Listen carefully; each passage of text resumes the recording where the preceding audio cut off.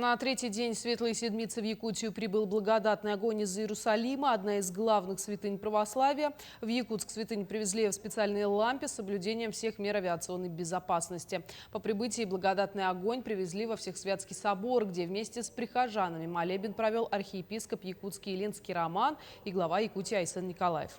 Напомню, каждый год в Кувукле, мраморной часовне над пещерой Гроба Господня, происходит чудо схождения благодатного огня. После продолжительных молитв и ожидания чудесным образом загораются лампады и 33 свечи по годам земной жизни Иисуса Христа. Христос воскресе! Христос телене! Христос воскресе! Для меня храм Всесвятский очень близок. Он посвящен памяти наших воинов-якутян.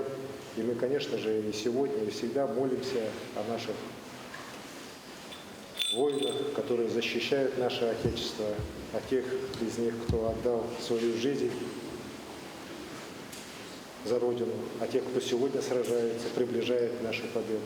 И, конечно, наши молитвы всегда, я считаю, доходят до наших ребят, помогают им в этом нелегком служении во благо и нашей Родины, во благо и нашего Господа. Для нас это особое знамение Божие.